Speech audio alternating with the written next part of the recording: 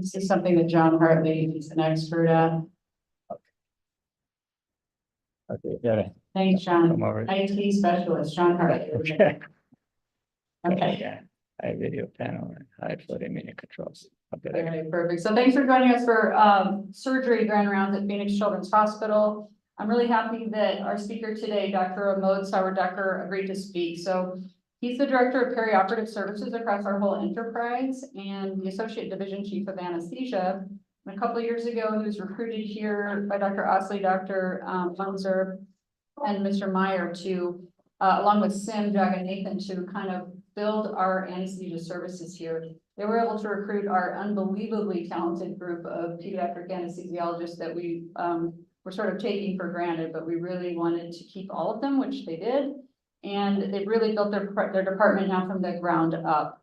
So his mission-driven dedication and his very calm and sort of calm demeanor and dry sense of humor have been key, I would say, in developing these services across the city. He did his training at Rush University and his pediatric anesthesia fellowship at Children's Memorial in Northwestern in Chicago, and then was working at Lurie Children's when we recruited him. He also obtained an MBA from the University of Tennessee, and his research interests are in the area of pain management, regional pain care delivery, and complex airway care. So I've been very grateful for his collaborative nature, his innovative spirit since arriving to Phoenix Children's. He's going to, oh, by the way, I asked him if there's any fun facts about him, and he said no. I'm sure there are, so I was going to make some up that he's like that he was like an Olympic snowboarder before coming here, so you can ask him about that. But he's going to enlighten us today on the workforce challenges by pediatric anesthesiologists across the country. So warm welcome to Dr. Sawardekar. Thank you, Kathy, for the introduction. And, so I'm going to be talking about anesthesia workforce and imbalances. And as I look out to the audience, and likely online, there are, most of you are not anesthesiologists here. So this is meant to be casual. Feel free to interrupt me if you have questions on anything. I have no disclosures. My goals here are really to share information with everyone on what the pediatric anesthesia workforce is today, the history on how we got here and where we're going from here. And also looking at solutions that may fit not just our institution, but many other institutions that are likely coming down the pipeline with what we see here. And so I'm going to start out with just talking about physician shortages, because obviously in the world of capitalism, we'd like to have our supply and demand sides be roughly equaled out. And we know the market forces oftentimes force that equalization by incentives provided by capitalism. And when it comes to physicians, that type of capitalistic forces tend not to really be as pertinent because of the length of training that we all have to get to our final state.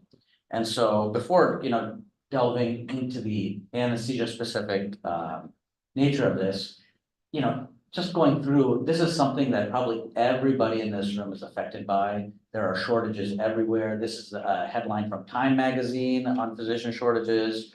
There's headlines from, this is the ACS, CNN, you name it. And there are so many headlines that come across on what the current state of physician shortages, what the future state of physician shortages, and it's pretty bleak, and it's going to impact all of us in many different ways. But I'm going to get into the anesthesia specific nature of this as well. So we have over 50,000 anesthesiologists in the country that are at least registered. We think that there's around 45,000 that are practicing. There's over 50,000 certified nurse anesthetists as well. And the AAMC has predicted that there's going to be a pretty significant shortfall of physicians, about 12,500. So that would mean that we would need to increase our workforce by pretty significant margins, by over 30% to get to that need. And getting there is going to be a challenge. We know that just looking at some of the stats are in this peri-COVID, post-COVID area, we lost a large portion, 6-7% of our workforce was lost to COVID attrition, which was second only to pediatrics in sheer number.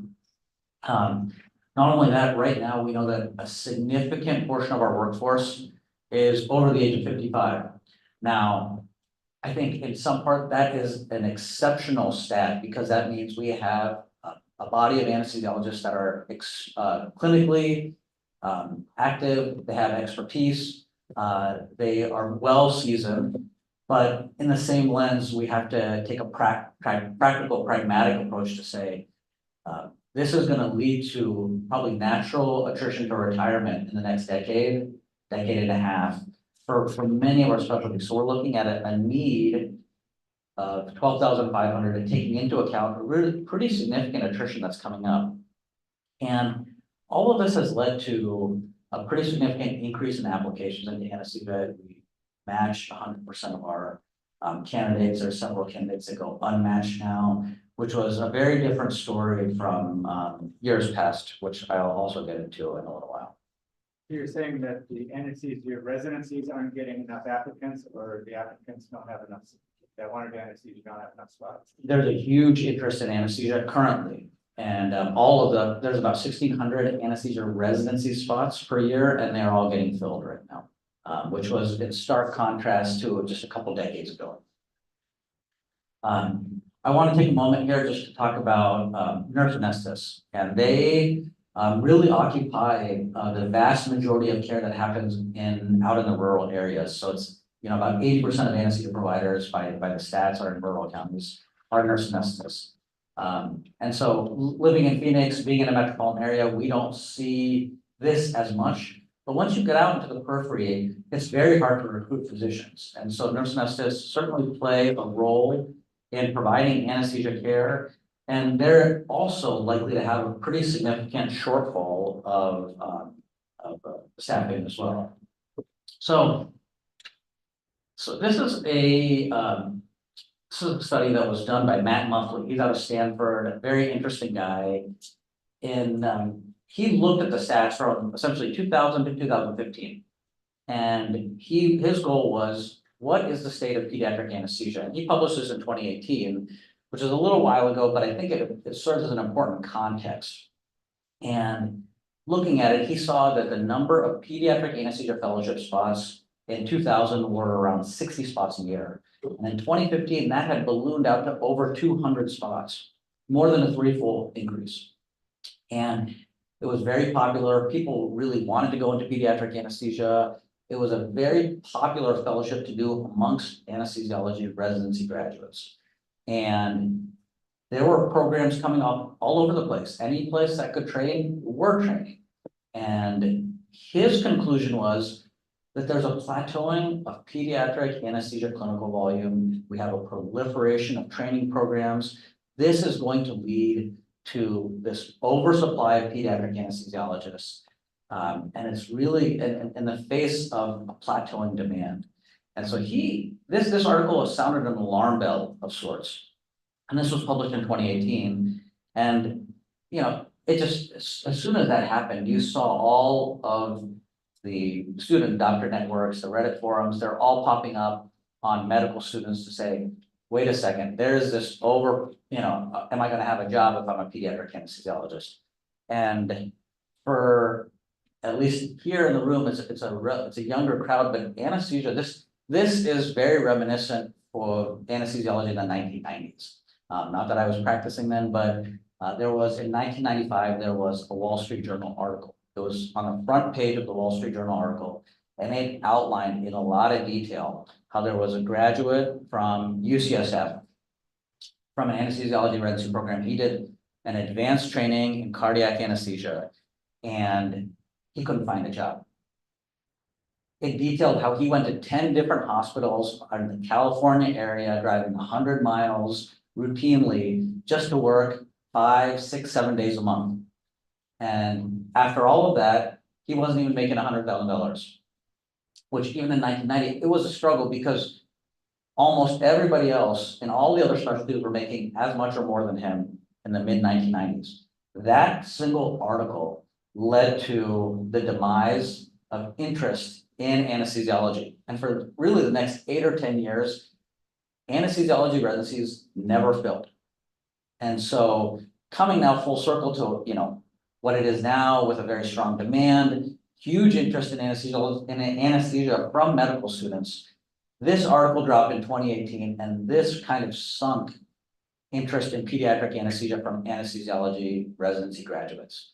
And that's in fact, now, again, Matt Muffley, again, is a senior author on this paper that was published this year.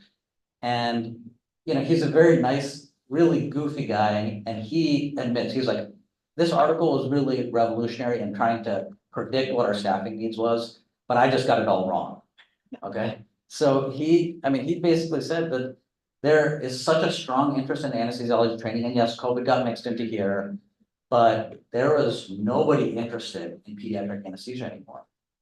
And yet, the clinical demand, actually, he got that all wrong. He said, I thought it was gonna plateau, but no, there was demand from all directions. Pediatric care kind of exploded, and there was care that was happening at children's hospitals across the country that weren't asking anesthesia services that now are asking for anesthesia to be involved in 2024. So now we have a huge demand and not enough supply, and this is the imbalance that I'm here to talk to you about today. So what is a fellowship? It's only a 1-year fellowship. There's very, very little interest in it, and we're hoping, at least as a pediatric anesthesia community, to stir up interest in this at even a medical student level. Here are some stats. You can see this goes back to 2000. The top line in blue is the number of residents in anesthesia in total, and you can see that has steadily gone up over the last 25 years or so. And at that time, there was only 3 fellowships that you could do in anesthesia, which was critical care medicine, pain medicine, and pediatric anesthesia. And anesthesia, critical care has never been a fellowship that had a strong interest base, but you can see here it's the light blue line at the bottom, but even that has kind of increased up. The pain fellowship has gone pretty much in accordance with the number of anesthesia residents. That's the brownish line that's just below the residency line. And then the yellow, the mustard line there is pediatric anesthesia. You can see it was increasing pretty significantly up until 2015, and then it plateaus off. And now you can see we're the one with the downturn line here. And again, this is just another depiction of this. In 2001, there was only 3 fellowships. The yellow area is the percentage of residents that were going into pediatric anesthesia, and that hasn't really changed in the last couple of decades at all. And you can see all the proliferation of all these other fellowships, OB fellowship, regional fellowship, and whatnot, that has really increased in interest from the trainees' perspective. This is another stat on looking at the number of pediatric anesthesia programs that are out there, the ones that are filled, which is in blue, and the ones that are unfilled, which are in red. And in 2018, you can see, the number of filled programs are roughly twice the number of unfilled programs. And then fast forward 6 years, 2024, it's actually now flipped. So very few programs filled today. Most of them go unfilled. We have recently transitioned to the San Francisco match from NRMP. And there is a quadri of anesthesia residents that actually don't apply. They don't even engage in the match because they know that the day after match, post-match day, there's going to be 2/3 of programs that are going to be open, and they can simply call the program director and say, I want to go to come to your fellowship. And more likely than not, they're qualified candidates. They will be accepted, and they don't have to go through the whole process of the Zoom interviews and whatnot. They can pick exactly where they want to go based on the availability of programs. Another depiction on even the number of enrolled fellows. Again, yellow line is in peds, and you can see a pretty swift decline here in the last couple of years, with really plateauing in the last 4 or 5 years in interest in anesthesia. In 2022, again, out of all the programs, 2/3 went unfilled. The number of positions filled were 137 out of 215. In 2023, not much better. In fact, you got a little worse, 125 positions that are filled. So I'm kind of articulating a story that we're only producing 125 pediatric anesthesiologists a year. And you can imagine There are all these factors that are taking anesthesiologists out of the workforce, including retirement, attrition to adult fields, and a few other things that we're going to talk about. But we have 1,600 residents, and only 125 are going into pediatric anesthesia. And so kind of begs the question from our community of pediatric anesthesiologists to say, what's up? Why are we here? And oftentimes it's in anesthesiology, the one thing that provides dissatisfaction to our new graduates is a lack of autonomy of their schedule. They are very much at the whim of what the OR schedule is, what the procedural schedule is. And many of them are turning to locums jobs, which offer them a fixed time period. I can work from this hour to this hour. I can work on this day. I can be off on this day. It really shifts the autonomy to them to decide when they want to work. They want to have flexibility in their jobs. And with this shortage, obviously compensation has changed. And that's really led to a lot of challenges in fellowships and advanced training in general. Post-COVID, with this attrition of physicians, there's been a huge demand in the adult world, and we've seen new graduates get lured into jobs or locums positions because of the increased compensation, and they don't want to forego the opportunity cost of training for even one additional year.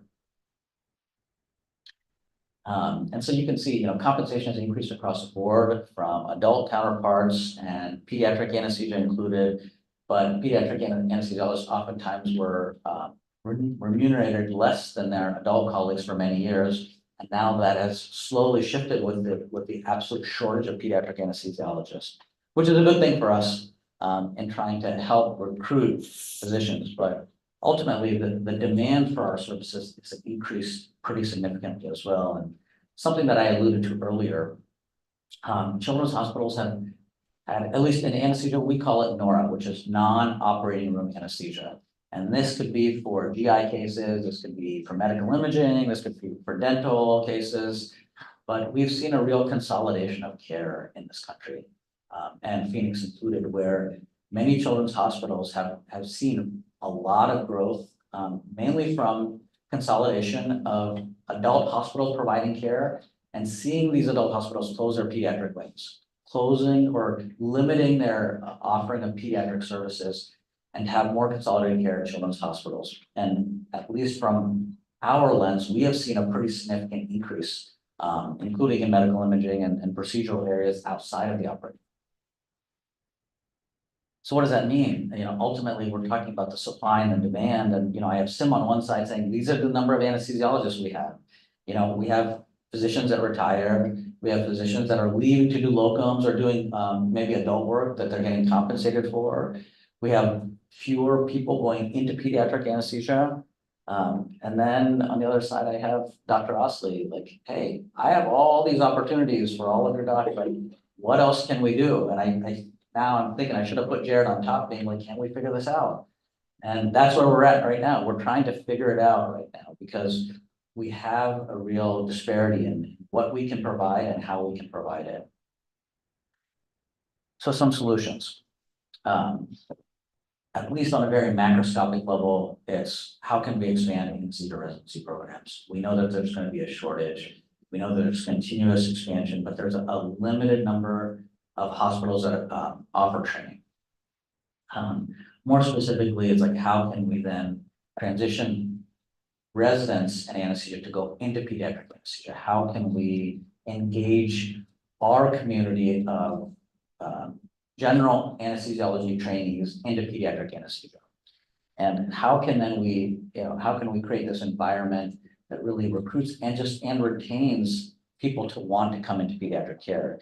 And at least in, for everybody in this room, oftentimes pediatric care self-selects out individuals. We like to walk into children's hospitals. People are happy here. They like to come in and be around people who have also chosen to be here, more generally happier than our adult counterparts. At least I like to think so. And we never had to worry about this in the past because we always had such a great environment and culture to be in.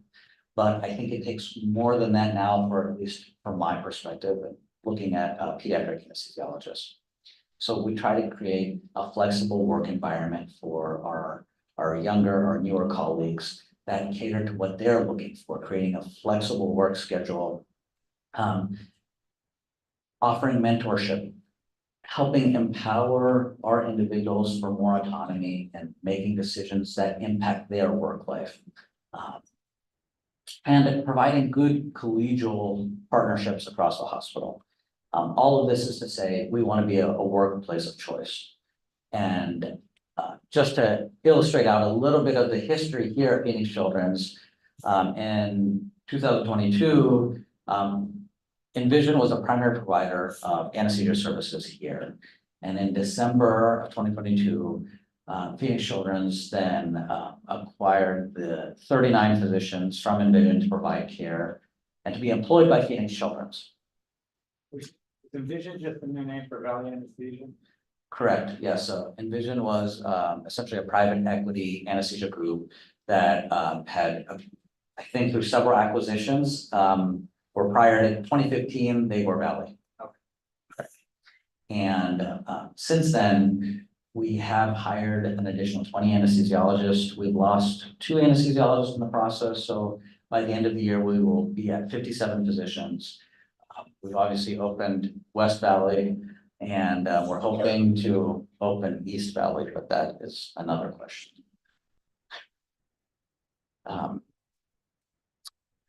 So what do we do here? Obviously we're in all of the operating rooms. We're in all of the procedural rooms, cardiac cath lab, the IR suite, medical imaging, nuclear med, PET, CT. And then we obviously, for those of you on the floor, we run the acute pain service. We have a chronic pain service, and we're part of the trauma response team as well. But looking at it a little bit more, the first 2 columns on the left are all the specialties that we are routinely providing anesthesia for their cases and for those kids that need it.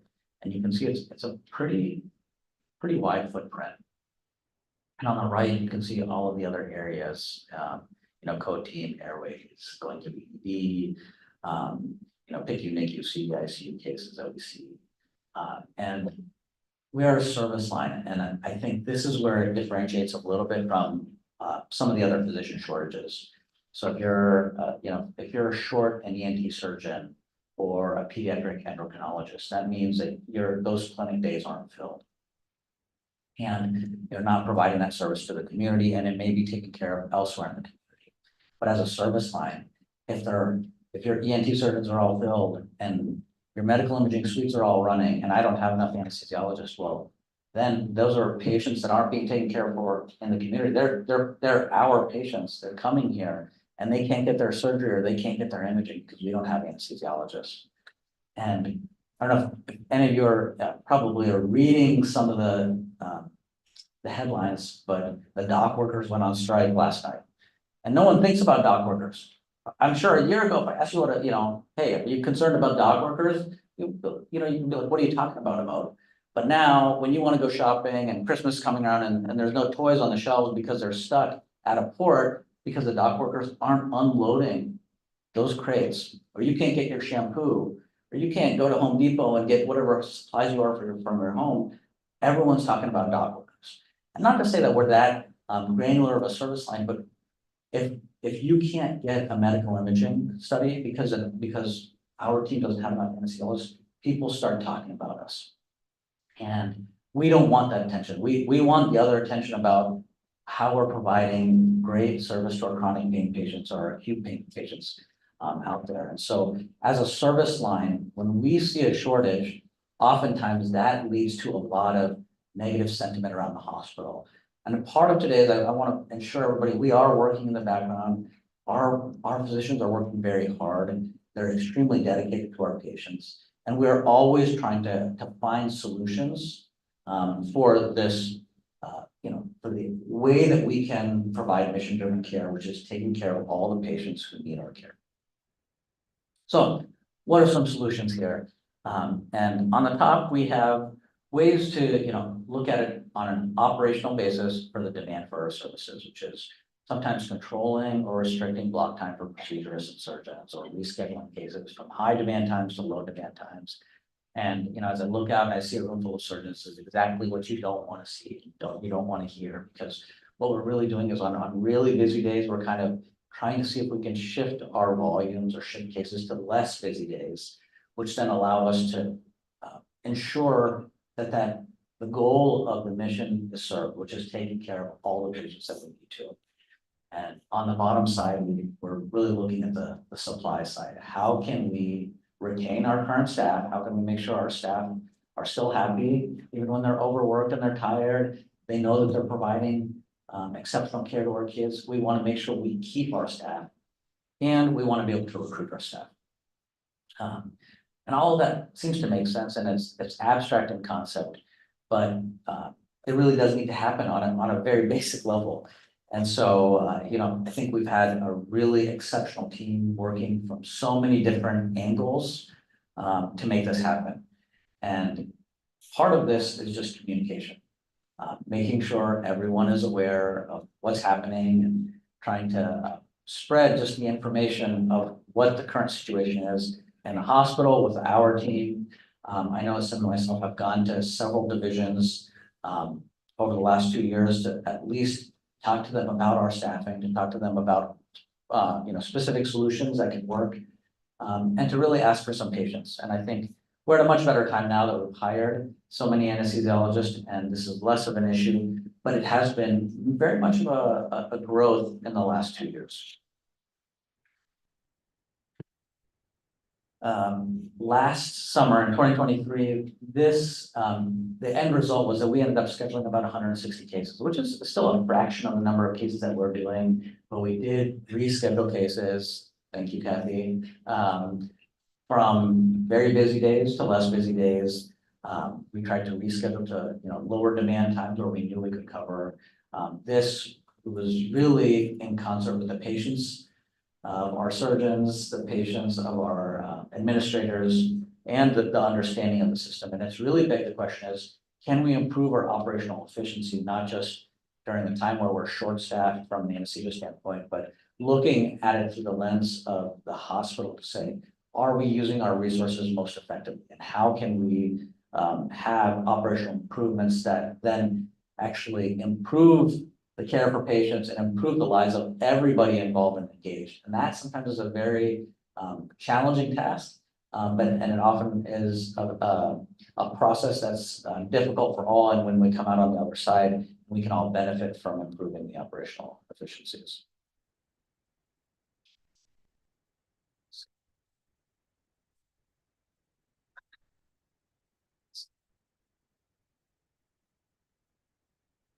Okay, so other solutions. Really, you know, what I spoke to earlier is how can we improve flexibility for our physicians? And that means how can we allow our physicians to have some autonomy and some agency in their work lives? And that means that what we've tried to do is create a system that allows our physicians, in some ways, incentives and to work more. And if those individuals want to work less, they're able to do that, and to be able to offer that flexibility ultimately is what not just our physicians, but really the larger element of the anesthesia workforce wants, is helping gain a little bit more agency in their work life. And we believe that helps us retain many of our staff and improving their wellness. And ultimately, it's much easier to retain staff than it is to recruit staff. So after I, kind of told you that all of these fellowships are going unfilled and there's a whole lot of positions, well, we went and we started our own fellowship.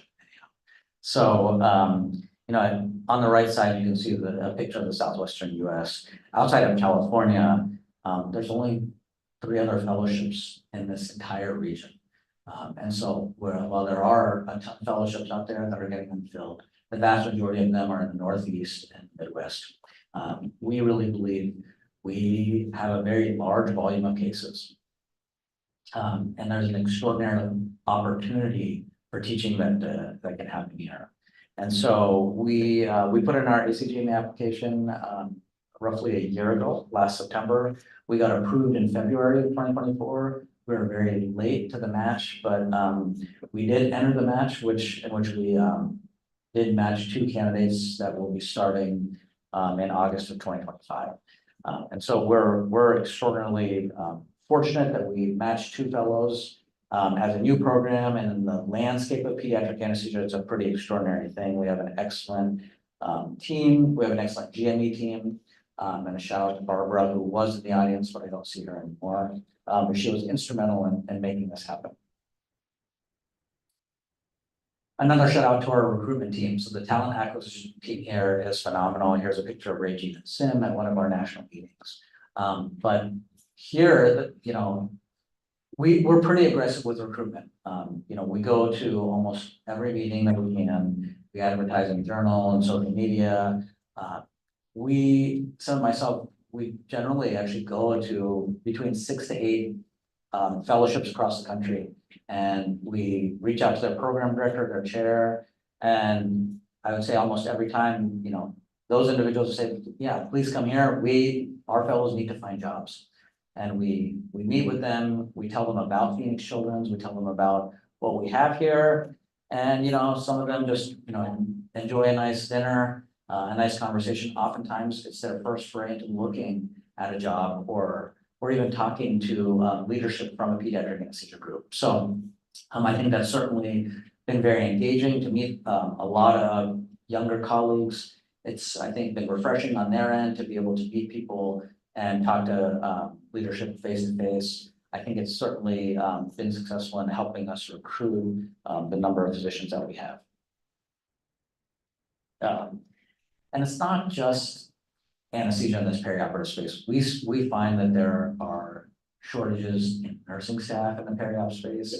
It's a very different environment to be in the operating room. I would say it's a very collaborative environment, but there are certainly stressful times, there's challenging times. And it can be difficult to retain the periop staff, and that can be nurses, that can be surgical techs, that can be SPD, that can be other, other ancillary staff as well as some of our surgical colleagues who I know are oftentimes also short-staffed and overworked because they've lost colleagues. And so there are shortages all around us, and not to say it's just in the periop setting. For those of you that are outside of that, I'm sure on the medical side, there's disciplines that have had severe shortages for a very long period of time, and we all live in it and we all accommodate it, and we sort of get used to the additional work, but that's not to say that that's okay. I think that needs to be acknowledged. I think we still have to do things to ensure wellness, to ensure that our physicians and our clinical staff are taken care of, to ensure that we don't lose them as well. So in conclusion here, I just hopefully have articulated some of the pediatric anesthesia specific needs right now, how healthcare systems need to be integrated into the process, and we should be all collaborative with each other. Ultimately, our patients come here to get care. They don't come here necessarily to get taken care of by a pediatric anesthesiologist or or a pathologist. They come here to get their appendix taken out when it's needed or to get their fracture reduced. And our parents and our patients expect just the most exceptional care. And that requires us all to work as seamlessly as possible as a health system, not as a sole entity. So with that, I'll stop by, taking questions and just a reminder to do your QR code if you see it.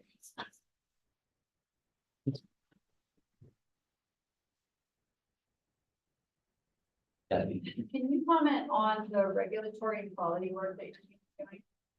Sure, I have Dr. Hussein in the back, and I have Dr. Frazier. I think they're working on a relatively new team of quality and safety within the perioperative space. I think for many years, it was that, Dr. Hussein has worked on quality from the anesthesia lens for years. And I think now being part of PCMG, we're slowly trying to carve out more space, more time, more dedication in that. I think it's integral to at least our specialty. And we hope to be leaders in the perioperative space because we are in the operating room every single day. We work with, the collaboration of all of the procedural and surgical specialties here. And I think that it's really our duty. And I think we're well positioned to be leaders in the space. Dave, first, I saw your hand go up.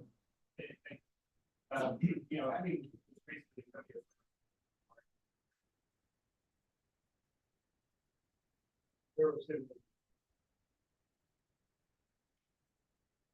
obviously, a different approach is the greater use of CRNAs needed. Yeah. And using any allow limited number of technologies be able to cover more cases that frees up is the office to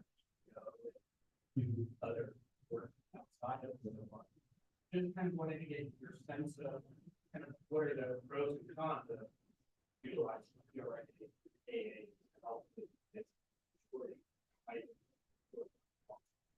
Thanks, Dr. Desai. So, can everybody hear the question or do I need to?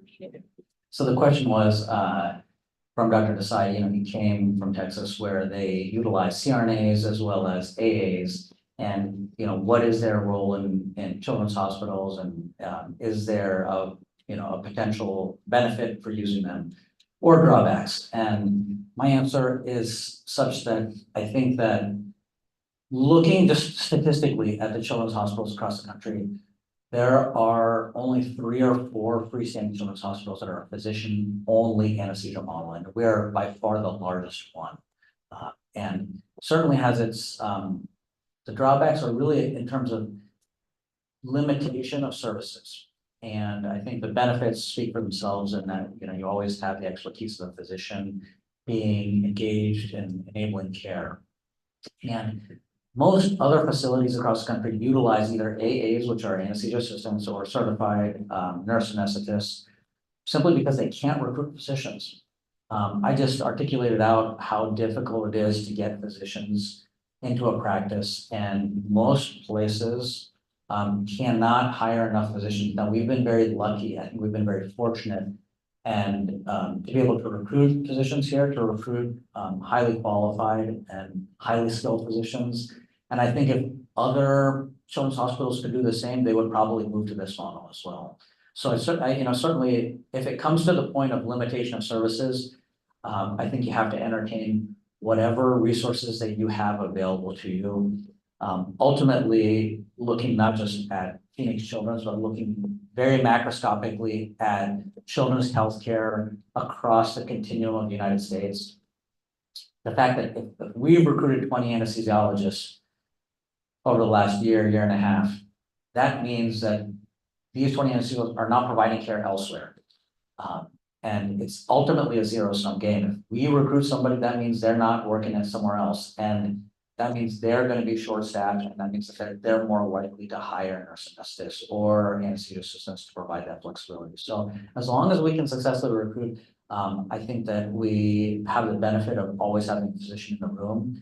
I think probably at your old practice, when you're having an anesthesiologist supervise maybe 2 or 3 nurse anesthetists or AAs, you've probably been in the situation where you're looking to say, hey, I'm running into some challenges surgically.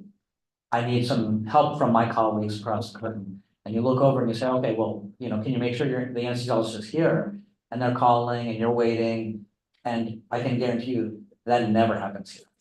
And I think that's the real benefit, is that you always have that reliable, you have the end user with the most expertise always available to you. So certainly there's a role for it. We've been able to largely avoid it by successfully recruiting. So first of all, this is great talk. In the last 20 years, I've never heard someone talk about this. And it's a looming problem, right? So I think it's great that you're acknowledging it happened. And one of the things I really wondered about over the last year specifically is when you choose to enter into a pediatric subspecialty, you are deliberately restricting the job opportunity. It's a deliberate conscious choice. You can't practice anywhere. I can't, you know, I'm a pediatric neurosurgeon. I love my patient. I can't live in my patient. That's not an option. I can't give pediatric. I have to live in that. And so when you think about that, the workforce challenges, I wonder a lot about how to tackle that piece, which is most people go to peds, want to do peds, they don't want to do hybrid, they don't want to take your animals, and you need to live in a place where it's critical to answer pediatric patients. What's expected to do that? Like my colleagues here, the more restricted your job choices become. I think that's issue number one. Issue number two is generational change. We have a lot of very young people here in the audience, and I think the young physicians value things that are a little bit different, are willing to make different choices than the older, I'm not old. There are other older physicians. And I really struggle how to tackle that, because it's like, we're recruiting now for pediatric neurosurgeons. And people are not willing to stay there anymore.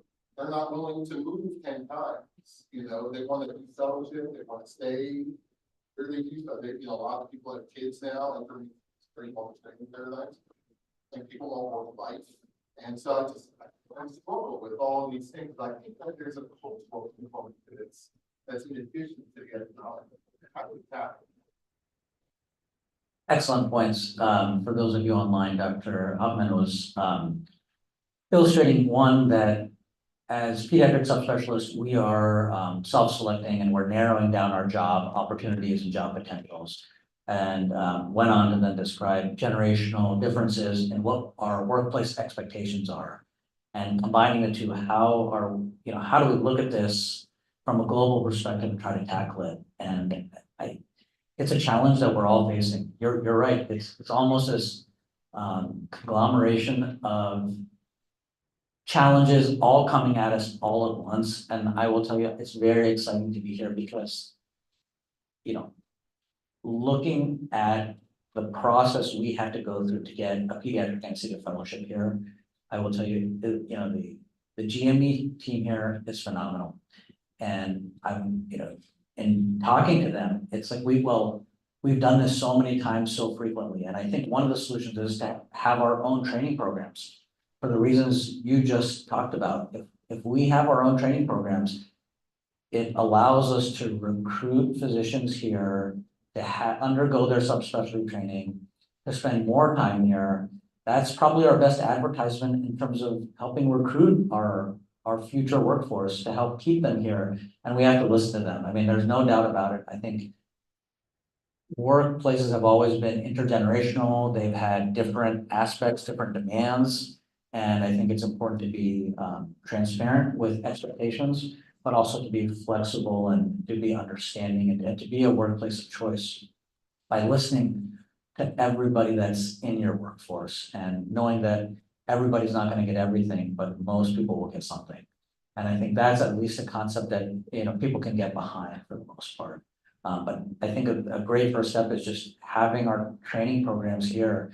And that in and of itself, I'm a big proponent for is, you know, that's our legacy. And I think many of us that have been in medical education, it's extraordinarily rewarding to, you know, see an old trainee and then they kind of update you on what they've been doing, and they always, and when they do reflect positively back, it's a very, you know, self-fulfilling thing for those of us in GM. So, you know, maybe it's selfish, but I think that GME training and having additional options for medical education is one potential solution for that.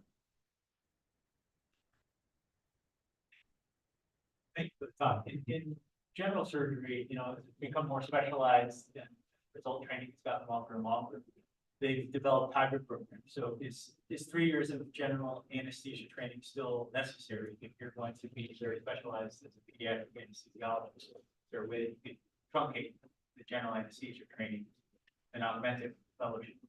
So Dr. Padilla's question was, is there an opportunity for hybrid training to allow for either shortened training and residency to expand fellowship opportunities to make it more palatable to go into it, or are there other solutions?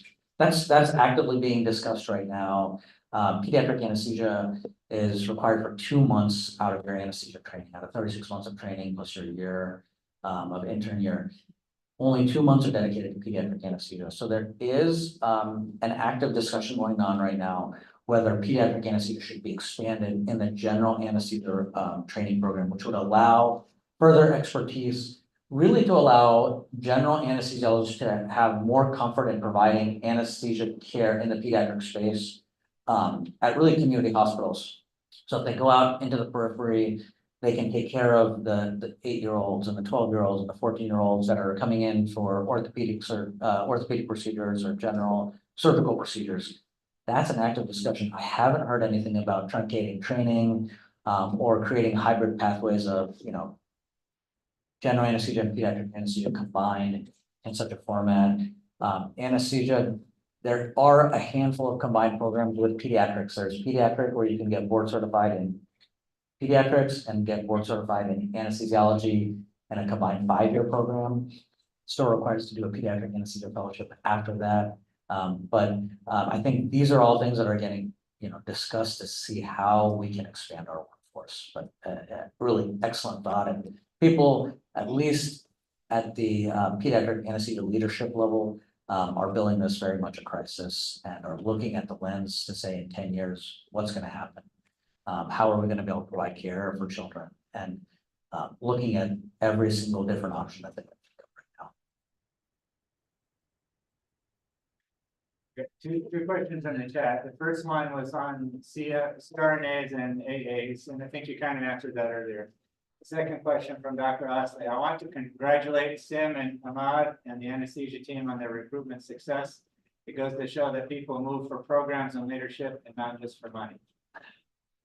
So that's great to hear. Thank you, Dr. Osley. And I have one question on a different thing. Okay, if you go back to 20 years of Phoenix Children's, there was a lot of sedation on the wards. And slowly that kind of eroded. And one of the biggest factors on that eroding was the anesthesiologist wanted the business. Now that the anesthesiologists are paid by Phoenix Children's, are you aware of any cost effectiveness on, having residents and hospitals do, sedation on the wards? Is that cheaper than sending patients downstairs and getting an anesthesiologist doing it? Or is it more expensive? Because there's a lot of factors that could make it either cheaper or more expensive. So the question was, over the last 20 years, there's been more patients that are no longer receiving sedation on the floors and now are coming for anesthesia to have procedures done. And is there any cost benefit to reverting to another model where sedation is actually happening on the floors as opposed to in the operating procedural rooms? Yes, if you have one employer paying all the things. Under the guise of just a single employer as opposed to different practices all piecemeal together. And so to the first point, I will say that this is happening everywhere. Just no matter what the model is. 20 years ago, kids were having liver biopsies on the floor, a little betadine on the stomach, a little pump, a core needle, and you got a liver biopsy, and there no one, they laughed and you said you want to take the child to the operating room. I think many of our CCBD colleagues were doing, LPs and all of their patients in clinic 20, 25 years ago. And there's certainly been a greater push to provide comfort measures for our kids undergoing procedures with noxious stimuli.